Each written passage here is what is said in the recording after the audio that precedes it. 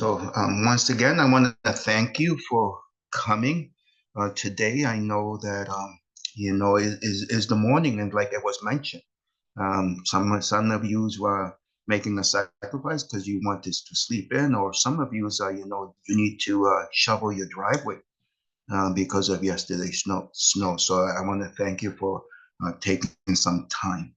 I'm not going to keep you. My presentation is not very long, so I'm not going to keep you more than I have to. So any time remaining, we'll open it up for question. I see that Mike G is here. He is also part of the men's ministry conference as well. So I prepared a little presentation for you. Hopefully, like Paul said, it's going to work. Okay, let's see. Share screen. Screen one. What would officer training? Okay. Can you guys see my the PowerPoint? I'm gonna go from the beginning. Okay. Can people see my PowerPoint? Yes. Yes. Okay, yeah. I may not, if you have a question, I may not be able to see you raise your hand. So you're welcome to interrupt me and ask that question. And then I may not be able to give you an answer, but hopefully someone in the panel may give you an answer. And if we and if we don't give an answer today, then I'll write it down, jot it down, and we'll get back to you if you leave your contact number. So this is the logo for Men's Ministry Conference. Proverbs 27:17 is iron sharpens iron, and this is Men's Ministry. And in the ancient times, and I'm pretty sure today, I've never been in the military, so I'm not familiar. So I'm just giving you what I read in the Bible about when people go to in the military.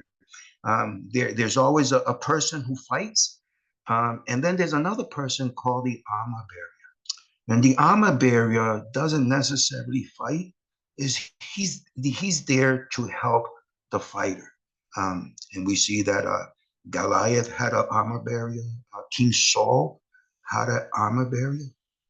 And I think it's important that as men, we also have armor bearers, and just in an individual that you can you can confide in, and that you can go and talk to for whatever reason. And Jesus had 12 disciples. And in the beginning, I don't think they were helpful to one another because they were always fighting, contesting as to who was the most important. But even when Jesus sent them out in ministry, he sent them out two by two. So it's important as well that that you have somebody that you can talk to. So today I'm just going to give you an overview of what men's ministry is about. At the end, there's gonna be some slides that you can where you can get resources, and you can take a snapshot of the resources for future references. So here's men's ministry. So it begins with January 12th, and this is the mission for men's ministry conference. Every men's ministry has their own mission, but for ours is our mission is to galvanize men for Christ, for family, for church, and community. I mean, in an extension, the best kind of water is the one that moves. The ones that stay stagnated, that's not makes good water. But so if there's a flow, and we're going to talk about that later on. If there's a flow in men's ministry, there has to be a flow. We are building up one another, and at some time the baton has to be passed on to someone else. When I was in high school, I ran track, right, and I did the 1 mile relay. And there was four of us, and somebody ran a lap and passed the baton, and that's the way it is. And men's ministry, if you're going to have a successful men's ministry, there has to be a plan of, what is it, succession, where somebody's going to have to take over at one point. So it's important. So let's talk about what it means to galvanize. And it says our mission is to galvanize. So it's a verb, it's an action word, right? Something that you do. And these is to shock, to incite, and this is important to inspire someone. And the reason you do that is for them to take action, right? And it's also is another in its definition is Paul was an iron worker in his younger years, so he's very familiar with this terminology about iron and steel, and there's a protective layer of zinc, right? And we know that protection is God, of course, and His Word, right? Um, and so this what they promised, they would galvanize the iron rails to prevent rusting, right? So one of the ways we do that is to inspire to take action is we motivate individuals, right? And they don't, and then I'm going to talk about later in how we can motivate men in the church or even sometimes outside the church, right? Because men's ministry that is not limited, or it should not be limited just to SDA men, right? It should be open to every individual, whether they are SDA or not, because it's important. We want to bring individuals to the fold of SDA, right? So if the individual is already there, that's good, but it's even more important that we open up men's ministry to men that are not part of SDA, but they have a Christ-like character and they want to emulate Christ, right? Because that's what is important. Um, and and so here, men, right? Men building building a men's ministry is let me move there. Yeah, so building a men's ministry that ministers to men is important to do that, right? This is why it's called a men's ministry. And sometimes there are challenges, right? Because as men, there are men in men's ministry who are single. There are men who are engaged to be married, or they have a girlfriend. And there are men who are married. And there are men who are fathers, and unfortunately, but this is a reality, there are men who are divorced, right? So there's a very different men in the men's ministry. There's different areas where men are seeking advice. So we have to remember that this is a men's ministry, right?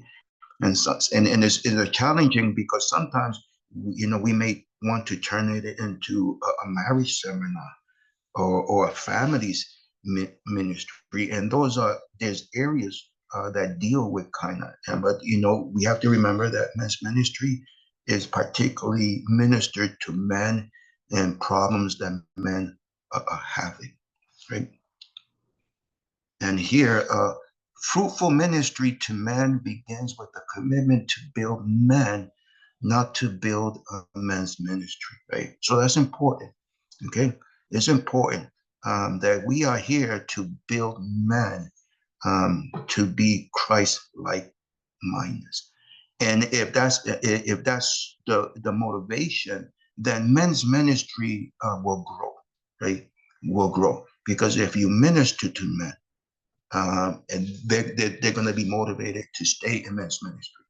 If the object is, well, we just want to have a men's ministry, but you're not building men, that ministry is going to have a problem, right? And I'm going to make an illustration about marriage, right? If the successful marriages are those that understand that one partner is there to help another partner. And therefore, those are the partners that, when a marriage does that, then that marriage is going to grow and flourish. But when a marriage, but in the partners, when they're in it for themselves and all they care is about themselves and they're not really care about the other spouse, then that marriage is going to have problems. And in men's ministry is going to be the same thing, right? If the people who are part of men's ministry, all they care is about themselves and putting their input first, then that men's ministry is going to have problems, right? But if the men are there, understand that they're there to build one another, to help one another, then that ministry is going to grow, and in times of trials, it's going to stay together because they have a commitment to each other. And so it's important that you understand that is the commitment is to men, not just to the men's ministry. Next, so here's an exercise that I want you to do on your own. If you can do it, write it down. And this is very simple. List the names of 3 men whom you believe God may be asking you to develop a deeper relationship. Right? Just it could be someone in your church, it could be someone in your family, it could be somebody at work, it could be a friend. It's just someone that you know that the Holy Spirit is touching you. Say, you know what? I get along with this individual, or the Holy Spirit is touching me that maybe I need to approach this individual. So just write, when you can do it now when on your free time, just write 3 names, right? And it's not very difficult. Um, oh, and the next one is understanding the needs of men, right? So, and the reason that I asked you to write 3 men down, to build a relationship, is because everything starts with relationship, right? And this is the way even with Jesus Christ, right?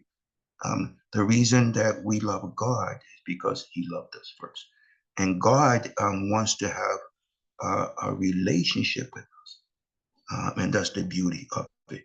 You have other religions that have their gods, but their gods are distant, right? But our God came down, not only to live among us, but He came one of us, right? That's what is called Emmanuel, Christ with us. So we need to, start building relationship. And one of the things that is important to build a relationship is that you need to set time to build that relationship, right? And also here, and when you build, and then when you have a relationship, you will understand the needs of men, because every individuals have needs, wants, and desires, right? And so we need to understand the needs of men so we can ministry to their needs. And this is one of the things that Jesus did, right? He not only walked among us, but He became involved with us, and he ministered to our needs. Whether some people were blind, he fed over 5,000 men. So on that instances, these people were hungry, right? So Jesus understood the needs of them, and then He fulfilled them, right? And it was intentional. And there are instances where Jesus walked to a certain city and He said, I must pass through here. Or, He came to a certain individual. He did it intentionally. So, we need to do things that are intentional, so that we can just grow. And obviously, we need to lead by example. That's what Jesus did. And that's why, as a leader, we need to lead. And then obviously we need to develop leaders so we can pass the baton to others, and then the circle starts all over again. Okay. Let me move on. Oops, sorry. Okay, these are some of the needs, right, of men in general. We need to have, one of the needs that men have is that we need to make friends. We need to socialize. One of the things that God said to Adam is it's not good for him to be alone, right? And so it's not, there are times where, Jesus separated to pray. And so there are times where we need to be alone. In my house, I have my place that I go to. There are people, they call it man cave, right? So this is a place that they go to be alone, and that's good. But it's not good if that's what you do all the time, if you isolate yourself. So it's important that we have individuals that we can associate, right? And as believers in Jesus, we have desire to get to know more God about Him, right? So that's one of the things. And then as individuals, I don't know about you guys, but I learn by demonstration. When something breaks, I can read instructions, but I'm a picture person. I dream in pictures. When I'm dreaming, and if there's a house, I see a picture of the house. I don't see the word house. So I learn by demonstration. So if something breaks in my house, I don't know how to fix it. I just go to YouTube and see if somebody made a video on it, because that's the way I learn. And so, and so as men, we need to not only to teach, but also to be teachable. And of course, because this is men's ministry geared to be Christ-like, we need to be godly. I know as I was reading that sentence, I put the next extra word godly there, but we need a model of what it means to be a godly man, not only at home, but in the workplace and in the community. One of the critiques that many individuals have is like, well, in church they're like this, but at home they're different, right? But if you're Christ-like, you're going to be the same individual at home, at church, at your workplace, because Jesus said, I am God and I do not change. So, we need to be consistent in the way we demonstrate Jesus to others, and whether it's at home, at church, or in the place, in the community, wherever you are. Even, people are looking at you. You know, there are individuals, you might go to food shopping. You're standing in line and you just walk out, but you don't know who's looking at you, who's seeing you, and the way you behave, demonstrate you. There are individuals that that will be there, right? One day, I know I was food shopping, and then I went to church, and this person saw me. This person said, "Oh, I saw you at this market buying food." And one of the things I said, well, Lord, thank God that you know I did not give a bad example. And and this is happening. So be careful, because people are looking. And then we also need, as I mentioned before, men's, we need to have an armor bearer, somebody that will be there. And so we need a men who will walk beside each other, take an active, affirming interest in each other's life, right? It's often said, when we take an interest in an individual, that matters to them. That matters to them. It's been said, and I like this, it's been said, if you want to make a difference in the future, invest in a child today, right? Because children are the future. So, when, it's important that as part of men's ministry, whether you're building it or whether you are affirming it, it's important that people understand that your relationship with them, others, your interaction with them, that they're genuine and they're not superficial, right? Uh, and here's another exercise. I think this is the second and last exercise. Is the first one is write 3 names of individuals that you would like to have a relationship. And this one is get with 2 or 3 men, preferably from your church, right? And begin to develop a list of specific needs of men in your area, right? So, if you have a men's ministry currently, great. And if you don't have one, then get together with 3 men and just, work things out and find out, hey, what's the needs of the men in our church or in the area. You can send a questionnaire. In the church, you can give a questionnaire to men in general and ask them to fill them out. What they like, what their needs are, what their interests are, and that way you get some feedback. In other words, so you can get a plan going.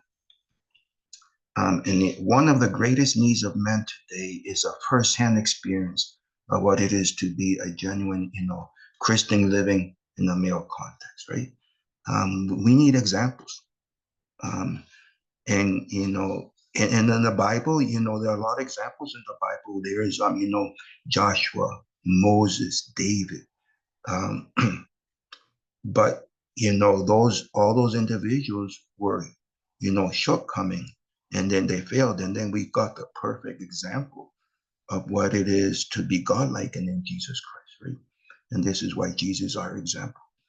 So we need to emulate Jesus, but we also have to surround ourselves with individuals who are also Christ-like, so we can help one another. And here, the success of your ministry will not be measured by its seating capacity, but by its sending capacity, right?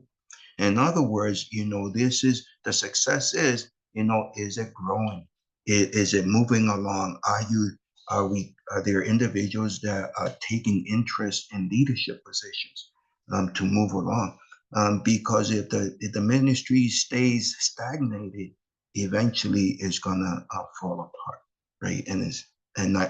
I seen that many times where individuals, a church is starting a men's ministry, but for whatever reasons, they have a hard time trying to get it together, whether it's interest or conflicting ideas, and eventually it falls apart, right? So you can have 10, 15, 20 people, but if the ministry is stagnated, eventually it's going to fall apart. So it's important that we have a live, active ministry.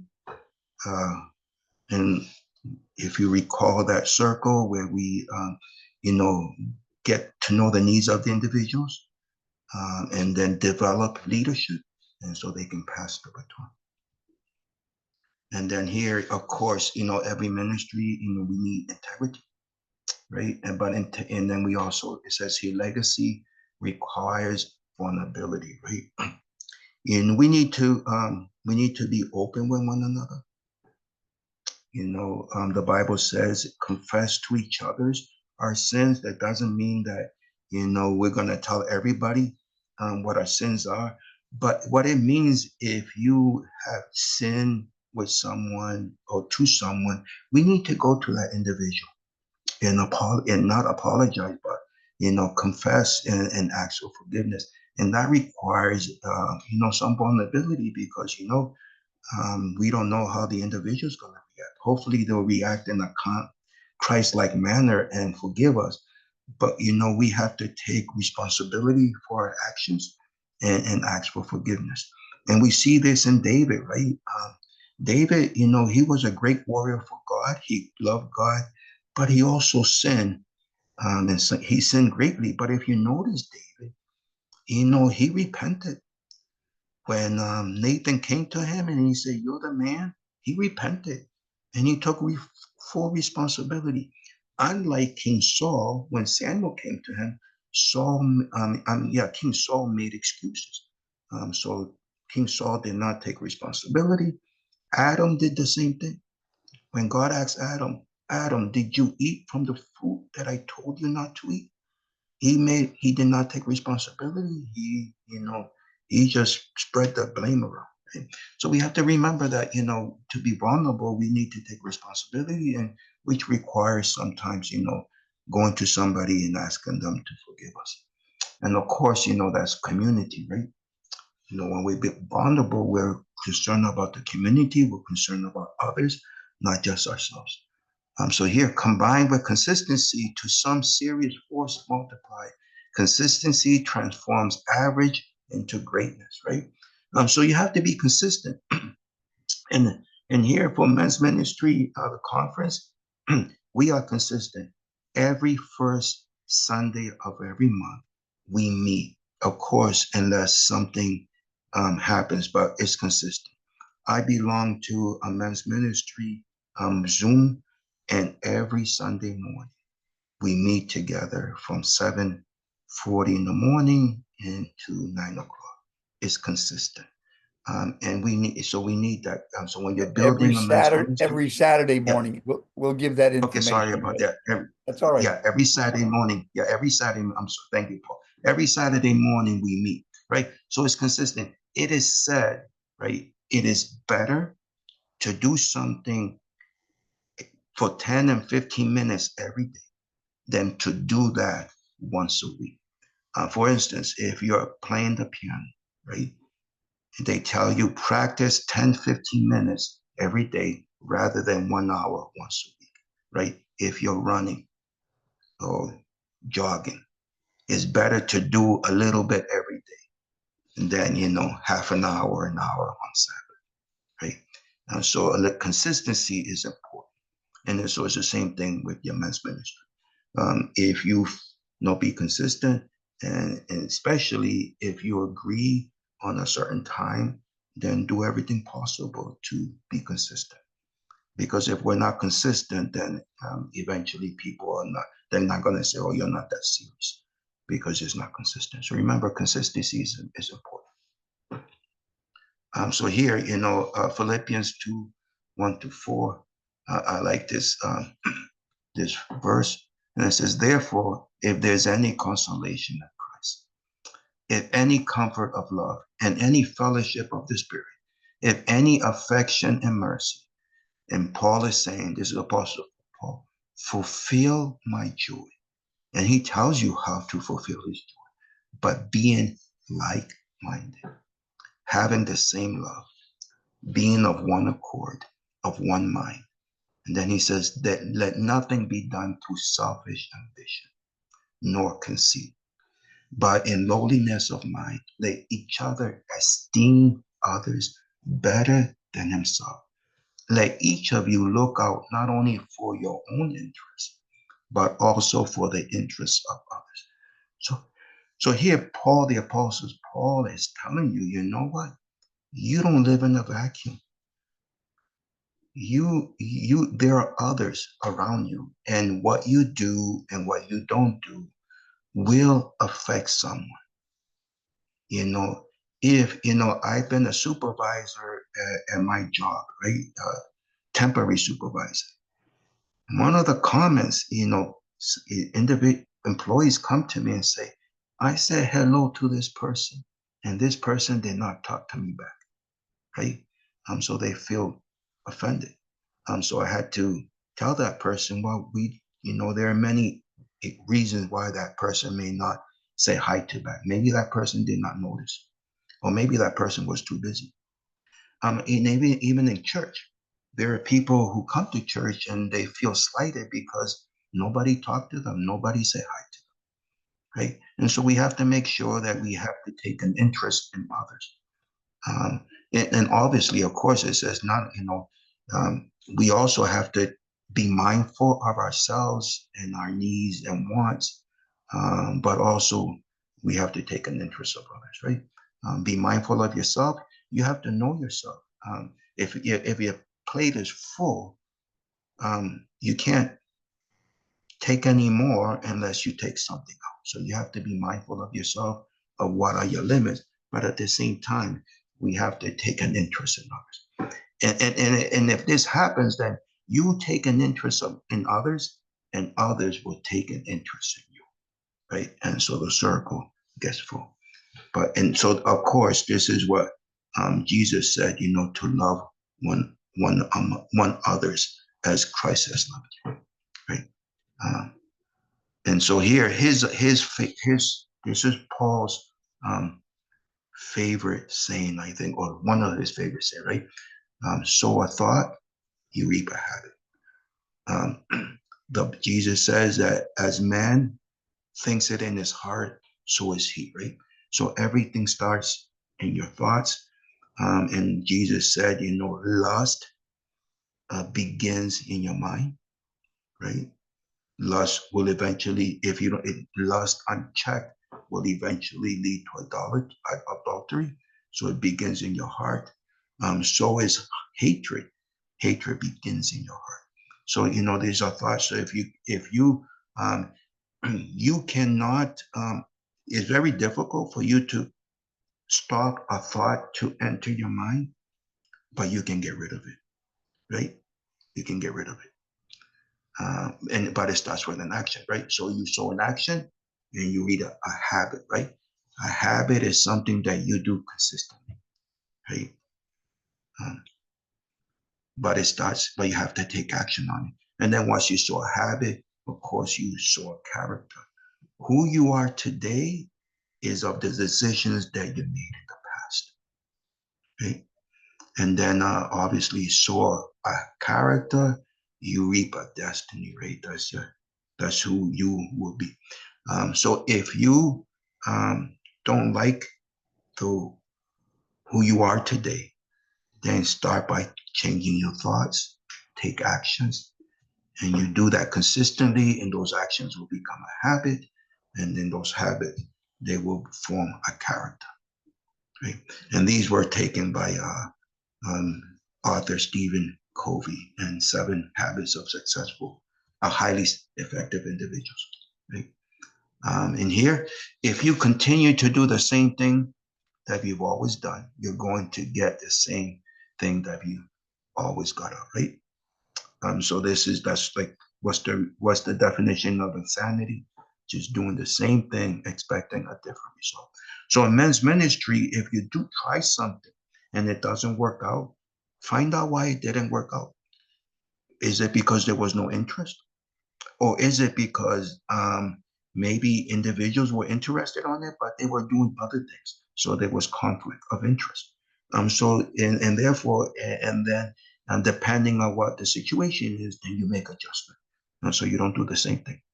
Because if you're going to be doing the same thing, if you're going to be scheduling an event where people or other men are doing other things, then there's going to be conflict of interest. And if you're going to be doing an event where people have no interest, then it's not going to change. So, when you try something out, if it doesn't work, get together with your core group and figure out why it didn't work and make adjustments.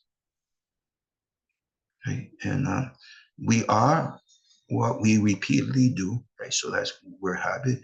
Excellent then is not an act, but a habit. That's Aristotle, right? So excellent is not something that happened by accident. It's something that we develop and try again, right? Um, what is this preacher? I forgot his name. His preacher, but he gave a sermon called "How to Have." Oh, David Astor.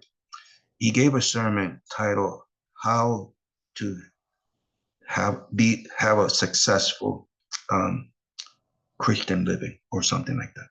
And he said it's very simple. Keep getting up. Keep getting up. You fell, repent, and get up. And that's what is it? The just man falls 7 times. And why did he fall 7 times? Because he kept getting up. And that's excellent. So in your men's ministry, if something doesn't work out, try something new. You don't give up. And eventually it's going to work out. And so here's something. Paul Paradise, he did this presentation, I think, a couple of years ago, and I liked it. There is a video on it, 18 minutes. We're not going to play it, but you can Google the Golden Circle, and then you'll get that 18-minute video by the author. Which is his name is Simon SNEC or something like that.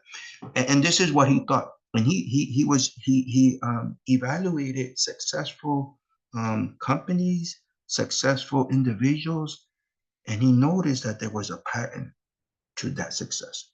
And he noticed that you know companies and individuals were successful. They had 3 things. They had the why, the how, and the what. And he noticed that those who were successful, they started with the why and they ended up with the what. And those who were not successful, they started with the what, and sometimes they never got to the why. And this is what he was saying. He was saying that people will not buy into what you do. They will buy into why you do it, right? And he had the example of Apple. And he said Apple is a computer company, and there were many computer companies, but Apple is a successful computer company, and they not just sell Apple computers, they sell many other devices. And the reason he said is because they understood the why people needed things. And because of that, they were able to be successful. And then he made an example of Dell Computer, where Dell Computer came up with um, some device for music, and that wasn't successful. And he said because they never got to know the why. But Apple, because the Apple understood the why, they were able to sell. You have, Apple Music and all those things. So here's for men's ministry. You have to why you want to have a men's ministry. Okay, you can say, well, this is men. This is what we do for men's ministry. We hang around, we get together, and and we have events, right? But why do you do that? Or you can say to individuals, hey, do you want to have a closer relationship with God? Do you want to build relationship with other men? We do those things. We get together. We have events. And then you can ask, do you want to be part of our group? So the way you present it is also is will people buy into it or people will not? I've seen men's ministry that fall apart because they know the what, but they never get to the why, right? And one of the ways that you get to the why is, like we said before, you need to build relationship. You need to understand the needs of men in the church and outside the church, and then we need to find ways to administer to those needs. And when you do that, you understand the why, and then the how and the what will just flow right in. And like I said, I encourage you to Google this, the Golden Circle. Um, is 18 minutes long. Not that big, not that long, but the author will explain it big in detail. And the author ends his 18-minute segment with Martin Luther. And he said that King, Martin Luther King, when he went to Washington to give that speech, he said it wasn't planned or anything. It was just by word of mouth. And people just showed up. And they said the reason they showed up, they did not show up for Martin Luther King, but they showed up for himself. And then he ends that Martin Luther, his message was, I have a dream, not I have a plan, right? So as men's ministry, you need to understand the why you're doing it. And once you understand the why, the how and the what will just fall in. So this is where I'm almost ending my presentation. And these are resources that you can get, right? Not necessarily, this is just a resource. It doesn't mean that you have to get this book. You can get other books, right? So Effective Men's Ministry, right? And these are some of the things that this book covers. Men equate personal distance with safety and security. Men communicate through questions. Most men are goal or challenge oriented. Most men tend to focus and compartmentalize. Most men choose rules of relationship. I don't know what it is. For men, it's hard to build relationship with one another. It just takes time. For women, they build relationshiip right away. But for men, it just takes time. And we saw that in the 12 disciples, right? 3.5 years together, and they were still bickering with one another until they realized the why. Why were they there? And that was in the room where they all got together and they put their differences aside and they forgave one another and they understood. And then here, number 6 is men are hesitant to express emotions. Right? It's just what we do, right? We go into a defense mechanism and it's hard for us to express emotions. But one of the slides back there is that we need to know how to be vulnerable to each other, right? And in order to be vulnerable, we need to express emotions. His verse, Romans 12:16 to 18, that says, be of the same mind. So this is Paul again, toward one another. Do not set your mind on high things, but associate with humble. Do not be wise in your own opinion. Repay no one evil for evil. Have regard for good things in the sight of all men. And then, if it's all possible, as much as it depends on you, live peaceably up among all men, right? You're not always going to be buddy buddies with someone, okay? But that's okay. As long as the door is open for friendship and you acted in Christ-like manner, right? People will come around, but everybody's not gonna like you. Everybody's not gonna be part of the men's ministry that you have or you're trying to build. And that's something that we have to accept, right? So this is another resources, men's ministry, Adventist men's ministry. Later on, I'm gonna show you a slide where you can get all these resources. Right? And this is one that men's ministry conference we usually give at the summer Camp meeting. At camp meeting. Thank you, Paul. I went my man.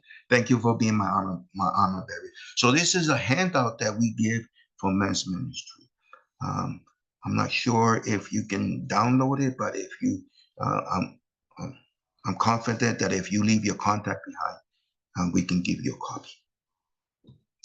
And of course, this is the resources I think this is the last slide. So these are the resources that you can go to.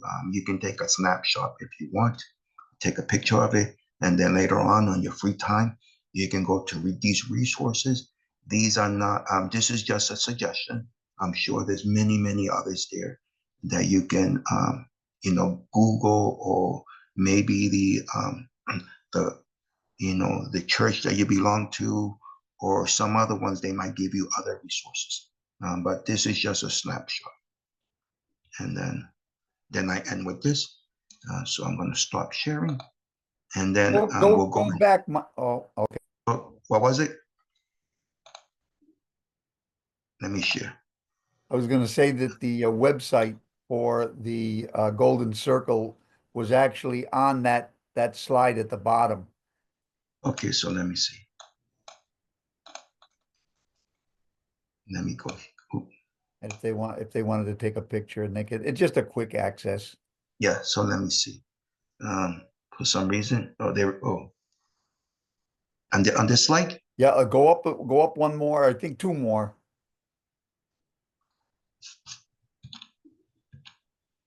Again, and one more. Yeah. Yeah, there you go. Right there, right there. Yeah, there's the YouTube website for the Golden Circle. But even if you put up Simon Sinek, this is a very popular one. The book, he wrote a book on it as well. That's to the right of the diagram. But excellent. I mean, really excellent. When this guy shows up, he usually does businesses because most people can't even afford him.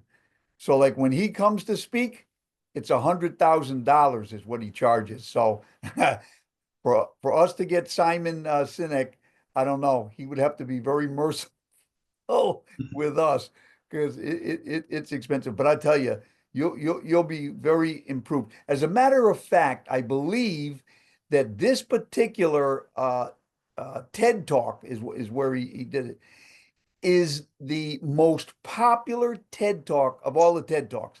Has the most hits, like I don't know, 20 million or something like that. So very valuable information in general, not just about building men's ministry, but what gets you out of bed. That's the why. What's going to motivate you? What's going to keep you going? That's why what Michael was talking about is that, you start with what? All right, you know what it is. Like how, at least you believe you know how. But what keeps you going, what gets you in and what continues or gives you strength to continue on, it's when you get that why. Why? And I'm talking about individually. Why for you might be different than why for me. I mean, I see why because about humbling, but because I had a tough upbringing, both my fathers, I had a father biologically that I never met and a father that raised me. Neither one of them helped me. They basically abandoned me. So I know that feeling. This, and I know that there are many men that struggle. As a matter of fact, one other thing, and I want to meet with these guys, but in Massachusetts, I saw it on a CBS news cast a report that loneliness.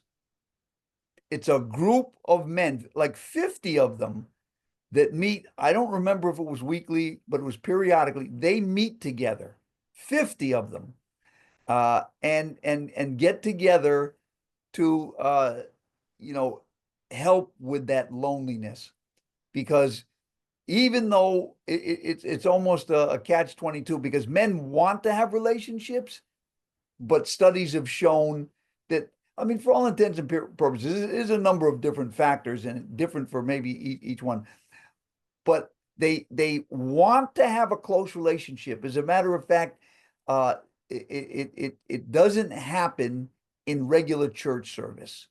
It's outside of church service. Hence the men's ministry.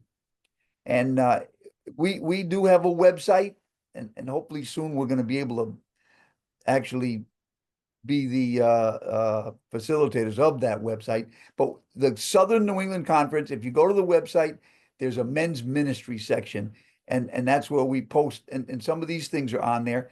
But again, we need to get involved in there so we can really keep it more fresh than it's being done to it now, because the IT person for the conference is just overwhelmed and too busy. But anyway, all right, so if you want to stop the sharing, I just wanted to give anyone a chance that wanted to take a picture of that. Okay, so Paul, I just hand it back to you. I guess if anybody had any questions or comments, I think we can open up the floor for that.